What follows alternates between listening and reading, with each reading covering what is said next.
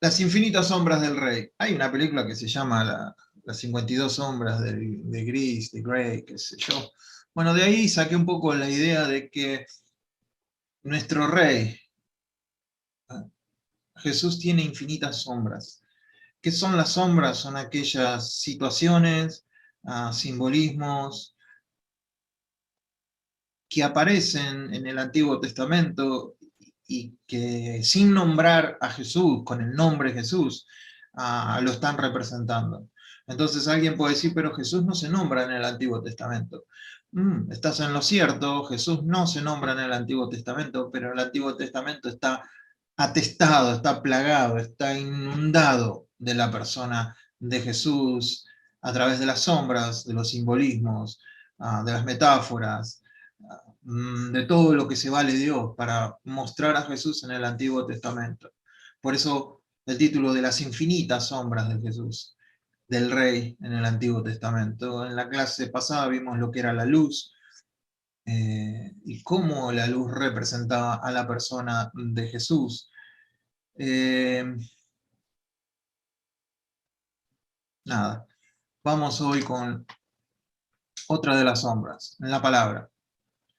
Eh,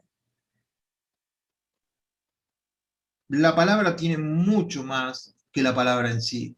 Eh, Dabar, ya lo hemos visto, Dabar es lo que utiliza el hebreo para determinar lo que es la palabra. Pero Dabar significa algo más que palabra, significa la realidad, significa lo que es. Una palabra para el hebreo tiene consistencia, no es abstracta. Si Dios dice algo, se hace, y ese se hace con lo que dijo es una sola cosa. Mm, es una unidad. Dios dice que se haga la luz se hace, no puede haber oposición en eso. Entonces cuando usa la palabra se transforma en realidad. Ese hablar con la realidad es una cosa sola y esa es la palabra. Ese es el dabar de Dios. Esa es la realidad. Entonces esto es lo que vamos a meditar hoy. Quizás no sea muy largo el estudio de hoy, siempre digo lo mismo y después tardo una hora, pero bueno, intentemos de que no sea tan largo. Entonces, lo primero que vamos a ver es que la palabra tiene una experiencia visual. A veces no lo vemos del todo en la escritura, pero hoy vamos a intentar ver esta experiencia visual con la palabra. Vamos a ver en Génesis capítulo 15, versículo 1. Dios hablándole a Abraham. Abraham sin la H intermedia, no, todavía no es Abraham, por ahora es Abraham. Y dice así, después de estas cosas vino la palabra de Jehová a Abraham en visión, diciendo, no temas Abraham, yo soy tu escudo y tu galardón será sobremanera grande. Hoy no nos vamos a centrar en lo que le está diciendo Dios a Abraham, sino en esta porción en donde dice, vino la palabra en visión. Entonces, lo que nosotros a veces tendemos a pensar es que que Dios le habló mentalmente a Abraham, que fue una palabra que le vino a su mente. Pero la visión involucra el ver, involucra no un asentamiento intelectual, no un asentamiento mental, en visión. Abraham vio la palabra, vio a la persona, a la palabra que le hablaba y que le decía, no temas, Abraham, yo soy tu escudo. Ahí le da una imagen. Nosotros que entendemos que vivimos por las imágenes del corazón, Dios le da una imagen, yo soy tu escudo.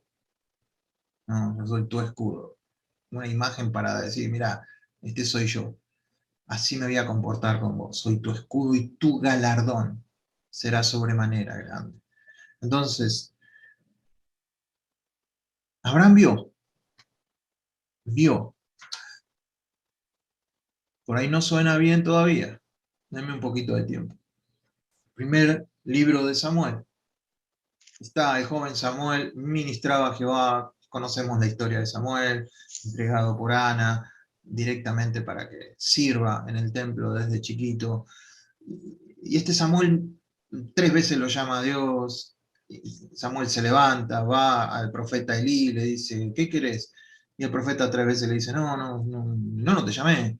En la tercera le dice, mira, me parece que lo que está pasando es que Dios te está hablando, así que cuando escuches otra vez, decile, he aquí, tu siervo habla, que tu siervo escucha. Entonces el joven Samuel ministraba, o sea, servía. ¿Se acuerdan cuando vimos la palabra ministrar, que era servir, que era cuidar, que es la misma palabra que Dios le dio a Adán y Eva en el Edén, cuando les dijo que guarden, la misma palabra. Ministraba a Jehová en presencia de Elí, y la palabra de Jehová escaseaba en aquellos días. No había visión con frecuencia. Triste realidad, ¿no?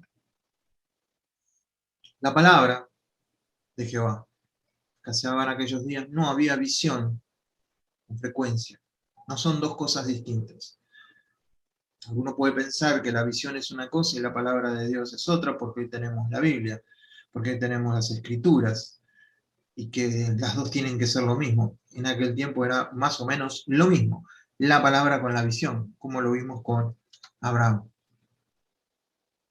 Sigue la historia, no voy a leerlo todo, pero ustedes lo pueden leer. Entonces cuando Samuel, después de las 3 veces, dijo a Elí, ve, acuéstate, y si te llamare dirás, habla Jehová, porque tu siervo oye. Así se fue Samuel, y se acostó en su lugar, y vino Jehová y se paró. Se paró. ¿Puede esto ocurrir en una visión? ¿Solo mental? Si un hebreo lee esto, va a decir que no. Si nosotros como con un trasfondo griego vamos a decir, bueno, se paró en su mente, se paró mentalmente. También puede ser, pero lo que sí estamos seguros es que vio a alguien parado, sino cómo puede ser que se paró. Si es solo una voz, no podemos saber si está parado, sentado, acostado, volando, o como sea. Sin embargo, vino Jehová y se paró y llamó, como las otras veces, Samuel, Samuel. Entonces Samuel dijo, habla, porque tu siervo oye. Y Jehová dijo a Samuel, he aquí haré yo una cosa en Israel, que a quien la oyere le retiñarán ambos oídos. Dios le estaba por hablar algo fuerte a Samuel. No es la idea de este estudio saber lo que pasó, algún día lo podremos ver, pero acá es la interacción entre uno de los más grandes profetas que tuvo Israel y la palabra. Así como fue con Abraham, vamos a intentar verlo con Samuel. No solo eso, al final del capítulo 3 dice, y Samuel creció y Jehová estaba con él y no dejó caer a tierra ninguna de sus palabras. Tendría que haberlo resaltado eso. No dejó caer a tierra ninguna de sus palabras. Y todo Israel, desde Dan hasta Beerseba, conoció que Samuel era fiel profeta de Jehová. Y Jehová volvió a aparecer en Silo. Jehová estaba con él, ninguna de las palabras que Jehová le daba a él cayeron en tierra, quiere decir que ninguna no se cumplió, no se cumplieron. Pero acá dice en el 21, Jehová volvió a aparecer en Silo. Si volvió a aparecer es porque ya había aparecido. Dice, porque Jehová se manifestó. Cuando alguien se manifiesta quiere decir que es visto a los sentidos, oído, visto, tocado. Se manifestó quiere decir, la manifestación tiene que ver con los sentidos. Los sentidos que tenemos nosotros en nuestro cuerpo perciben aquello que se manifiesta. Entonces, Jehová se manifestó a Samuel en Silo por la palabra de Jehová.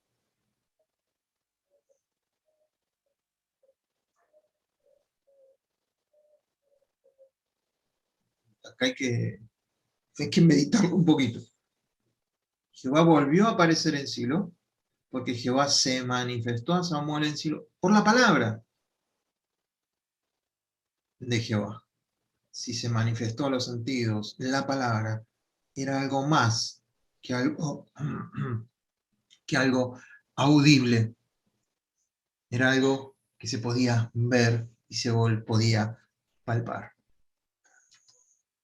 Una vez más, vemos entonces esta, esta aparición de la palabra. En las infinitas sombras del rey, la palabra es sumamente importante, porque más que leer la palabra, más que conocer la palabra intelectualmente, más que, como decimos siempre, los fariseos conocían las escrituras de Génesis a Malaquías, en algunos de ellos de memoria. Sin embargo, ante esa presencia de la palabra en sus mentes, ellos necesitaban un Salvador. La palabra en sí misma no les proporcionaba salvación. Y la palabra en sí misma vino a caminar en medio de ellos y ellos no la reconocieron. Ustedes escudriñan las escrituras porque piensan que tienen vida. Sin embargo, las escrituras hablan ¿de quién? De mí. Entonces, más que leer, conocer, la idea es tener una experiencia con una persona a través de un escrito.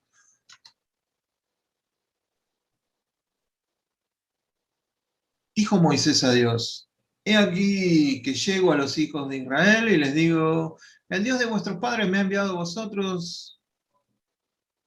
Si ellos me preguntaren cuál es su nombre, ¿qué les responderé?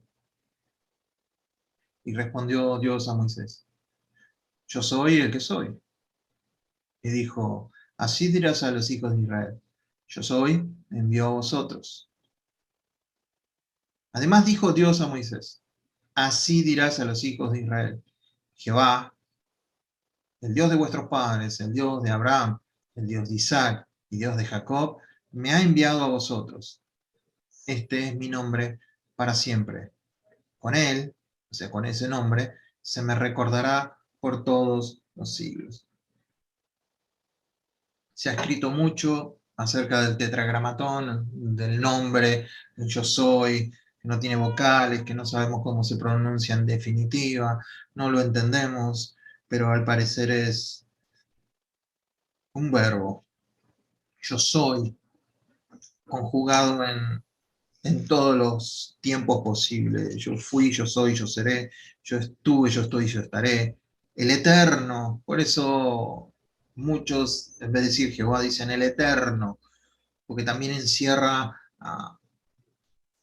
esa cualidad de que es, de que fue, es y será, de que estuvo, está y estará. Entonces, de esta manera te vas a presentar. Cuando Moisés, cuando Dios le pide este trabajo, Moisés dice, ¿cuál es su nombre? Más que el nombre, lo que estaba pidiéndole a Dios es que le mostrara su carácter, que le mostrara quién era. Acuérdense que los hebreos cuando ponen un nombre tienen más significado que solamente el nombre.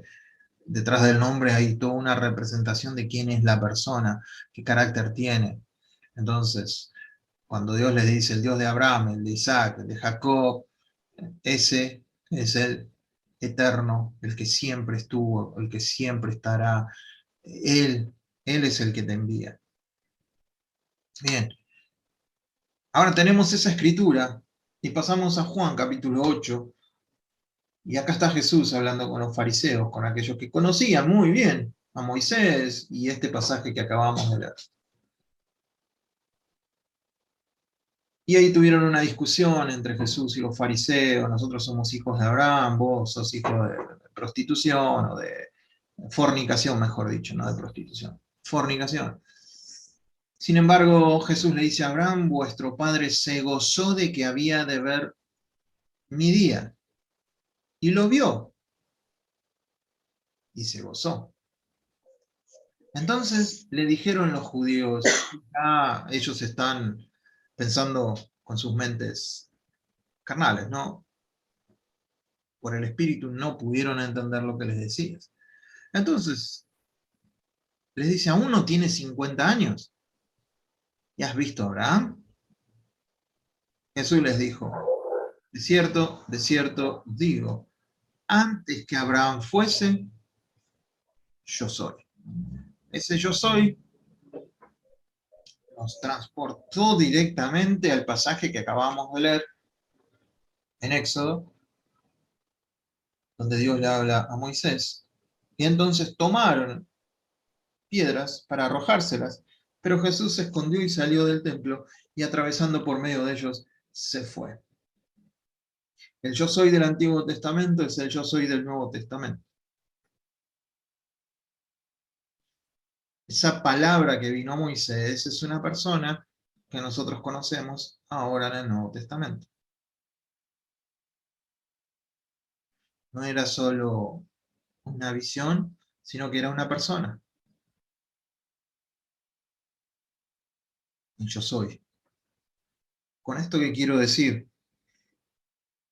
que la palabra es mucho más que escritura. La palabra es la realidad. La palabra de Dios es la que hace que la escritura se cumpla. La palabra de Dios es la que hace que tengamos una relación con Él. Con la escritura nosotros tenemos una relación de leer y aprender, pero con la palabra viva, con el espíritu que está detrás de ese escrito, es con el que tenemos relación. El último punto que vamos a ver es experimentar la palabra. Experimentar la palabra. O experimentando la palabra.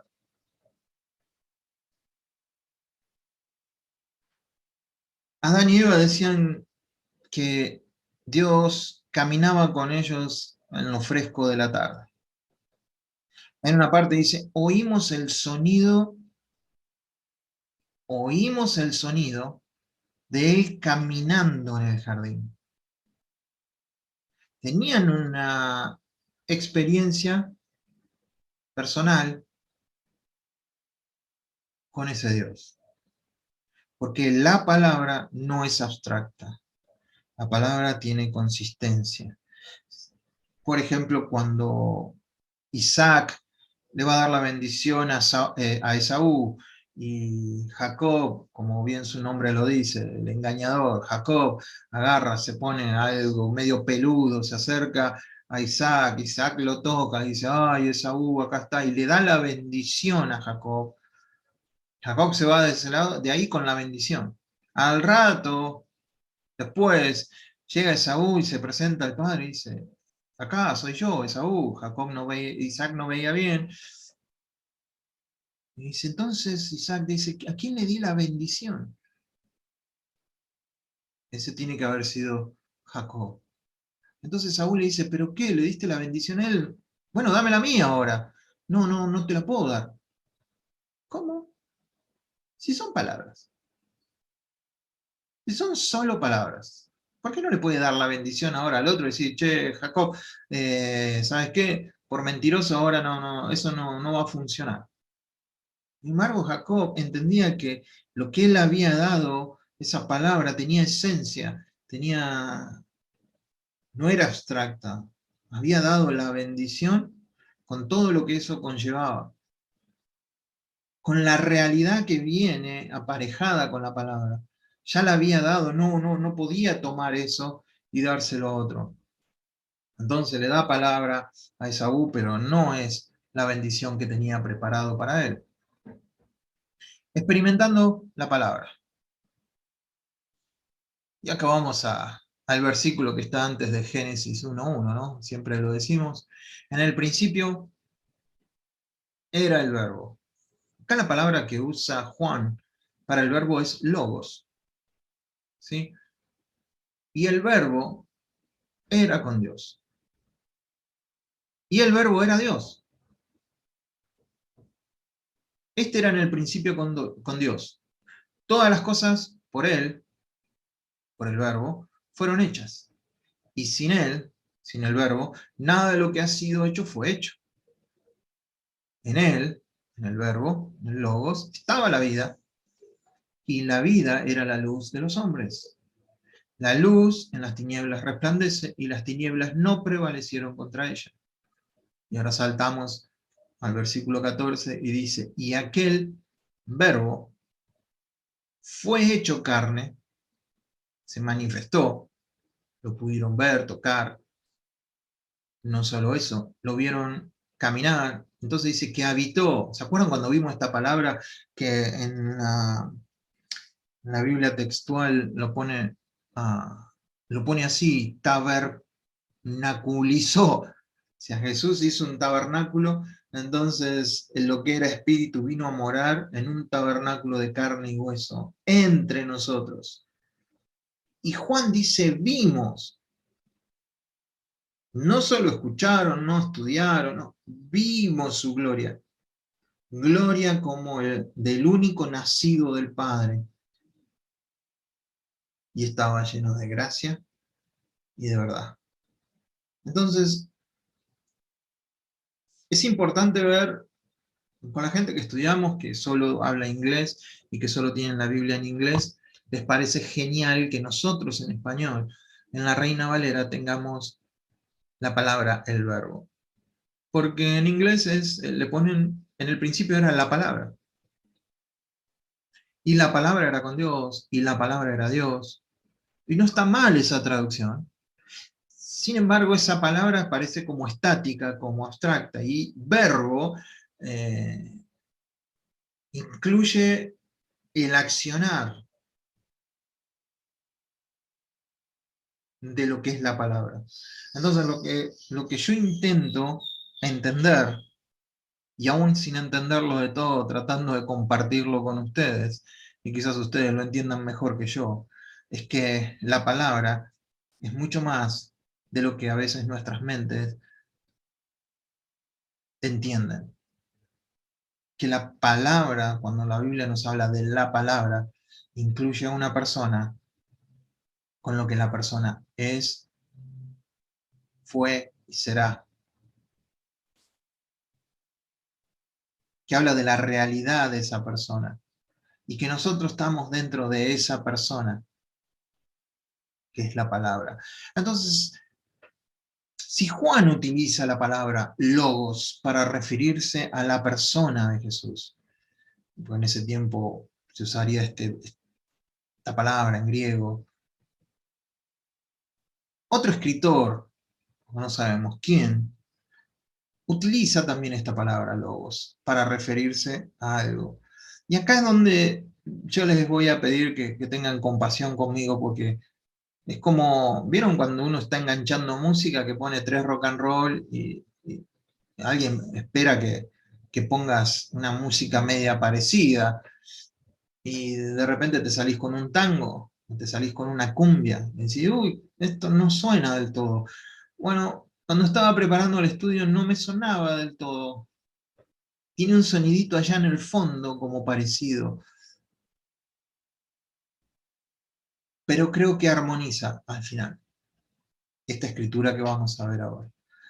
Juan utiliza logos y este escritor, que no lo conocemos quién fue, también usa la palabra logos.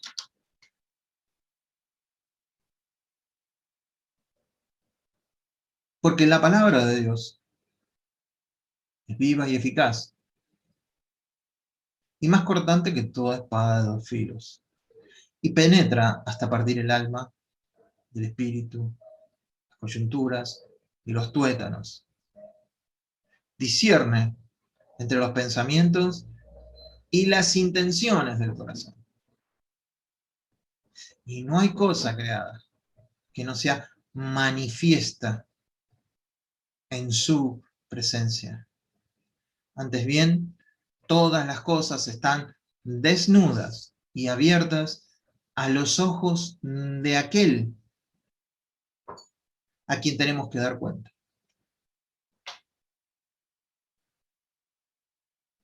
Yo entiendo de que está hablando de la escritura, pero sabemos que la escritura es más que la escritura. Si aquel logo lo entendemos como que es la persona de Jesús, ¿por qué no entender este logo como que es la persona de Jesús? Que está vivo, que es eficaz, que corta.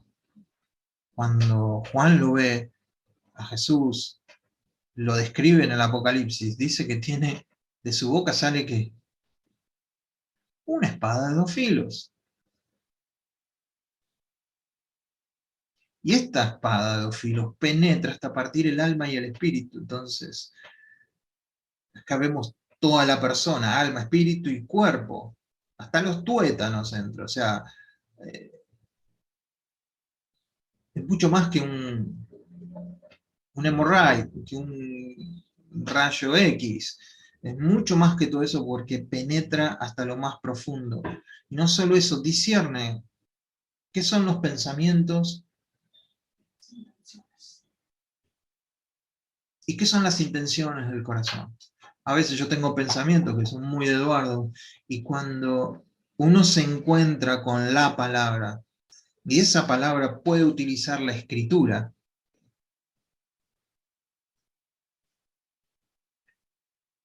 no sé si estoy siendo medio hereje en esto, pero cuando esa palabra, que es la persona, utiliza lo que es la escritura para hacerme ver que ese pensamiento que tengo no es de él, que la intención que tengo en mi corazón no proviene de él porque en la escritura me está mostrando otra cosa. Cuando la palabra, esa persona viene y en la escritura me muestra cuán equivocado puedo estar, y que la escritura se convierte en algo vivo, en algo absolutamente eficaz para todo lo que necesito, para que el hombre de Dios esté preparado para cualquier cosa que enfrente. Entonces, ahí es donde la palabra que vimos en el Antiguo Testamento, la que vio Abraham, la que caminaba con Adán y Eva, la palabra, el verbo que pudo visualizar Juan, no solo en el Evangelio, sino también en el Apocalipsis, ese verbo utiliza la escritura para que la escritura cobre vida y ocurre esta operación dentro de mí.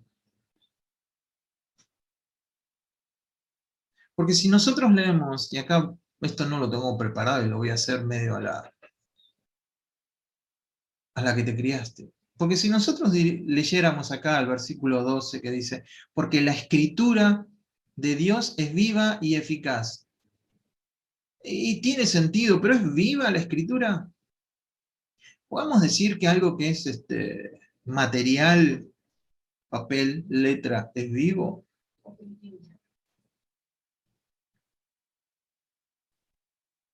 ¿O es que cobra vida por aquel que es la vida?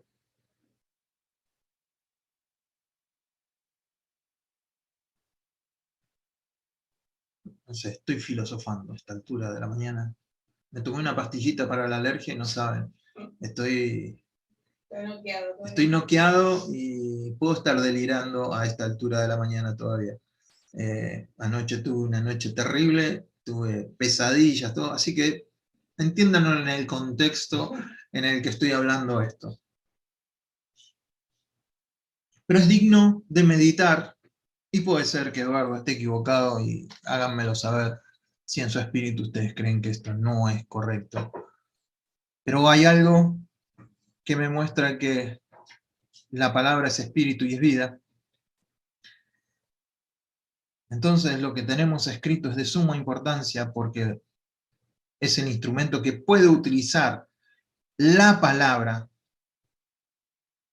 la persona, para comunicarse con nosotros. No estoy desmereciendo la Escritura, no estoy desmereciendo la Biblia, sino que estoy exaltando a aquel que está detrás de todo lo que está escrito, aquel del que habla esa Escritura y que nos va a respaldar en todo lo que está escrito. Como siempre decimos, hay mucho más en lo blanco de la Biblia que en lo negro o rojo, pero nunca lo blanco va a contradecir lo negro o lo rojo. Entonces en eso blanco es donde nosotros esperamos que se manifieste a nosotros, que se haga vivo, que corte, que opere, que nada de lo que yo tengo está oculto, está desnudo delante de él. Dice, abierta a los ojos de aquel, si fuera solamente la Escritura, diría de aquella, si es que endiosamos la Escritura. Las cosas estarían abiertas a los ojos de aquella a quien tenemos que dar cuenta. Nosotros no tenemos que dar cuenta a la Escritura, tenemos que dar cuenta a aquel que nos salvó, a aquel que nos perdonó. A él vamos a dar cuentas, al creador de la Escritura. Entonces, cuando hablemos de la palabra, que podamos tener una segunda meditación, un segundo pensamiento de que no es solo algo escrito, sino que hay una persona detrás respaldando, hay una persona detrás de la cual cuando habla la escritura de esa persona vive, está absolutamente viva, o sea, existió, vivió, murió, resucitó y ahora está viva. Esa es la palabra.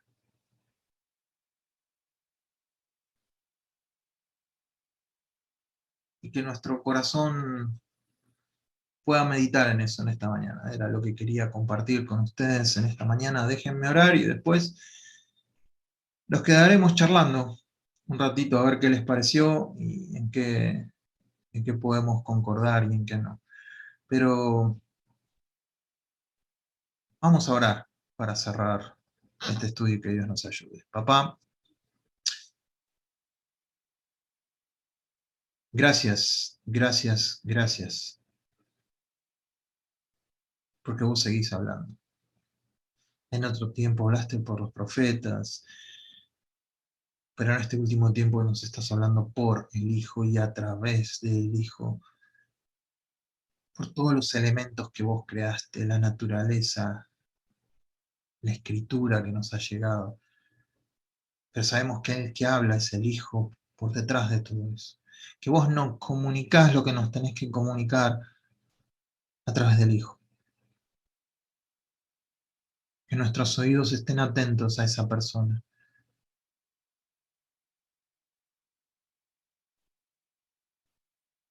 Ayúdanos a no ser solamente seguidores de un libro, sino seguidores del creador de ese libro. Que podamos tener una relación personal con ese autor. Que al leer nos transportemos directamente a donde vos estás con los ojos de nuestro entendimiento. Y que nos reveles lo que quisiste decir y cómo lo quisiste decir. Que lo reveles a nuestros corazones, que cortes todo lo que haya que cortar, presunciones, preconceptos, ideas humanas, ideas que han venido de carne, que vos puedas operarnos al corazón abierto y poner lo que realmente vos querés decir. Amamos tu palabra y amamos la palabra. Te damos gracias por esta acción sobrenatural que ocurre en nosotros, aun siendo tan limitados que el Creador de los cielos y la tierra se pueda comunicar con nosotros como un Padre utilizando estos elementos. Que nuestro espíritu y nuestro corazón se humillen delante tuyo para entender que no es nuestro intelecto el que entiende, que no es nuestro cerebro el que comprende, sino que cuando comprendemos lo que hay que comprender es nuestro espíritu conectándose con el tuyo. De esa manera crecemos, de esa manera entendemos y de esa manera podemos seguir caminando en tu luz. Te damos gracias por todo en el nombre de Jesús. Amén y amén.